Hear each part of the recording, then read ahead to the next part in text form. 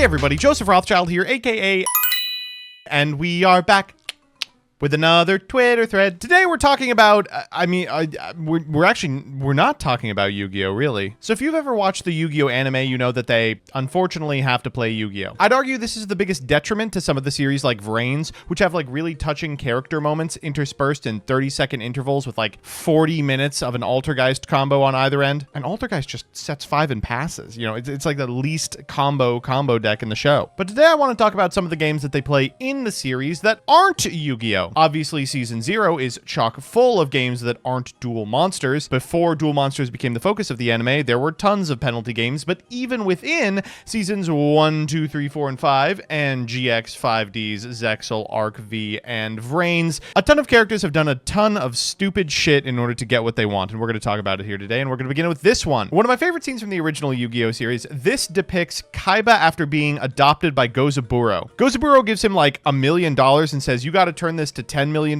by the end of 5 years or I'm unadopting you. So Kaiba sets up a whole bunch of Yu-Gi-Oh cards in his room to represent 1/100th of a company ownership. Then shows Mokuba that by controlling 51 cards, he can control the majority of a company. He finds a company where the CEO is like really attached to the people that work for him, buys out a majority share and says, give me $10 million or I'm going to fire all your workers. He wins Gozaburo's game in like a matter of hours. So let's see what you all came up with. Dyer says, give me Joey and Kaiba trying to beat each other at Dragon.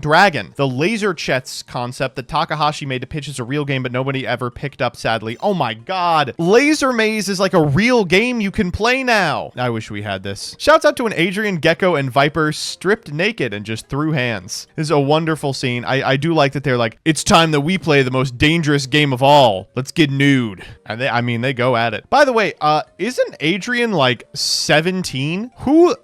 Of course, the best answer in the thread is going to be Dungeon Dice Monsters. I wanted to play this so badly as a kid, and I got fucking got as an adult. If you search Dungeon Dice Monsters, what populates is a game called Dice Masters branded with Yu-Gi-Oh. It is not Dungeon Dice Monsters. Don't be fooled. In practice, I bet this game is nauseating to play, but god, it looked so fun on TV. The ending of D-Sod has Yugi with a bittersweet moment where he decides to stop playing Duel Monsters to work on developing his own card game. What's funny is the following series exists in a timeline where Yu-Gi-Oh becomes the most important thing in the world and what creates energy for people to survive, which means that Yugi's game fails to compete with Duel Monsters. Wrong! GX is not manga canon. D-Sod is its own story. Here is Yugi and Kaiba playing a Yugi-developed game after D-Sod. It's even got bisexual Mokuba up on the screen. In Yu-Gi-Oh! GX, they play a fictional sport called tennis, where the aim of the game seems to be running around and hitting people's balls. Oh, I'll play that at the next YCS. In Yu-Gi-Oh! 5Ds, there's an interesting sequence where Yusei plays Street Fighter. Sure you can.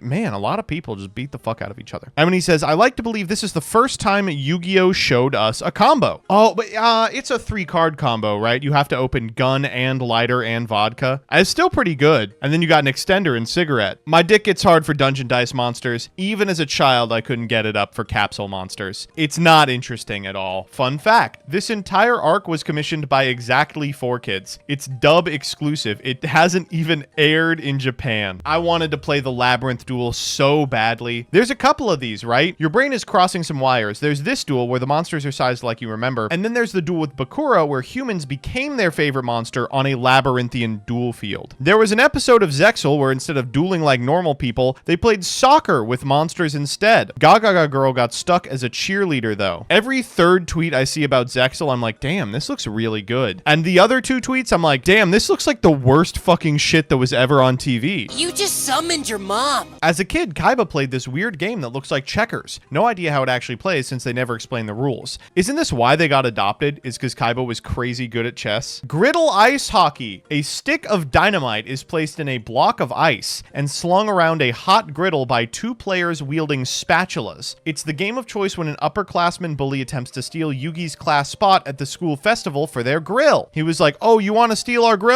Guess what, bitch? You're getting exploded.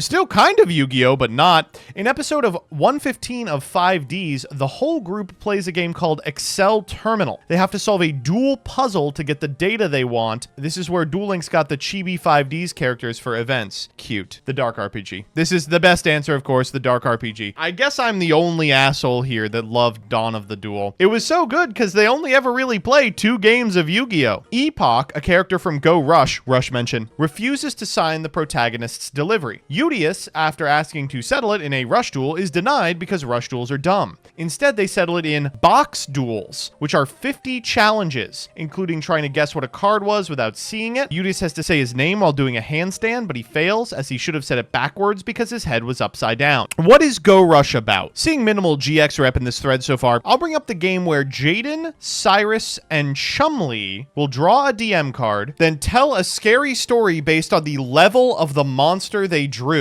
What the fuck does the level have to do with anything? I'm gonna tell you a level 7 story. I want to talk about Death Tea. Me too. Kaiba invites Yugi and his friends to play a theme park where they play deathmatch laser tag, an electric chair roller coaster where you die if you get spooked, a murder mansion, living Tetris, and capsule monster chess, and finally duel monsters. And this is, of course, the arc that cemented Yu-Gi-Oh! As being about duel monsters forever, right? Also, doesn't Tristan die in this? The time Taya and Johnny Steps play DDR? What a fuck. The thing about the DDR game that they play is that it's not DDR. But why isn't it? Konami owns DDR. They could have just been playing DDR. When you take away the dueling, it's still VR chat on cybernetic steroids. It's so funny that Vrains is like the most effective way to duel, but it is also like just like the most effective VR chat of all time. I wonder if to get to like the duels, you have to walk by 40 Discord weirdos having e-sex in the alleys. The game is you spin the thing and you have to eat what you get, but some of them are poisoned. Mokuba was cheating because his syrup bottle could stop the table, but Yugi destroyed it by tying the Millennium Puzzle to it and smashing it, or spinning it so hard it smashed the bottle. There was an episode of Go Rush where Yugioh wants to take a quiz from a CD in the latest Rush Duels magazine, so his friends mod farm equipment so that he can take the quiz while riding in it. However, it eventually goes haywire and they almost die until Yugioh remembers a rap.